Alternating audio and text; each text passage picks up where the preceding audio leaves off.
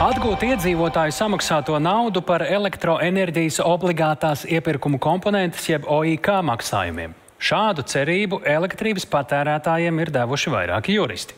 Šodien oficiāli ir sākusies darboties viņu izveidotā tīmekļa vietne Tiesiskums LV, un tajā ik viens Latvijas iedzīvotājs var reģistrēties pretiesiski iekasētā OIK atgūšanai. Pieteikšanās forma mājaslapā Tiesiskums LV ir veidota pēc kolektīvo prasību principiem, ko plaši izmanto starptautiskā tiesību praksē, ja kaitējums ir skāris lielu sabiedrības daļu. Tā saucamā OIK afēra Latvijā darbojās no 2005. līdz pat 23. gadam. Proti 18 gadus katram elektroenerģijas patērētājam par OIK bija jāmaksā vidēji 20% no rēķina summas. Juristi lēš, ka cietušo sarakstā varētu būt apmēram 920 tūkstoši mājsaimniecību, kas pavisam kopā pārmaksājušas 2 miljārdus eiro. Tāpat juristi prognozē, ka katra no mājsaimniecībām vidēji varētu atgūt aptuveni 2000 eiro, ko pārmaksājusi par elektrību. Mēs piedāvājam, lai jūs mums uzticaties un piedāvājat, ja atļaujat jūsu vārdā nopirkt loterijas biļeti.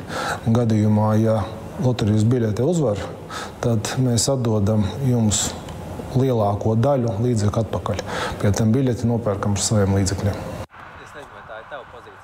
Līguma parakstīšana ar biedrību Tiesiskums LV ilgs līdz 1. oktobrim. Paralēli visā Latvijā īpašos reģionālajos fórumos iedzīvotāji varēs klātienē pieteikties OIK atmaksai. 360 ziņas noskaidroja, ka prasību jau parakstījuši apmēram 1000 cilvēku. Ja jūs iesiet saitē Tiesiskums LV, tad jums netiek prasīta nekāda informācija ne par kādiem rēķiniem, jo skaidrs, ka neviens cilvēks rēķinus neglabā 18 gadu garumā. Tātad, kad cilvēku skaits ir sasniedzis šo kritisko masu, tad mūsu noalgoti advokāti vēršās attiecīgi pie Latvijas Energo un enerģijas publiskā tirgotāja un prasa, kāds ir šis zaudējumu apmērs. Ja tiesā pret Latvijas valsti advokātiem izdosies uzvarēt, tad juristu izveidotā biedrība ieturēšot apmēram 20% no atgūtās summas, lai tā sektu advokātu pakalpojumu izmaksas, informācijas izplatīšanu un portālu uzturēšanu.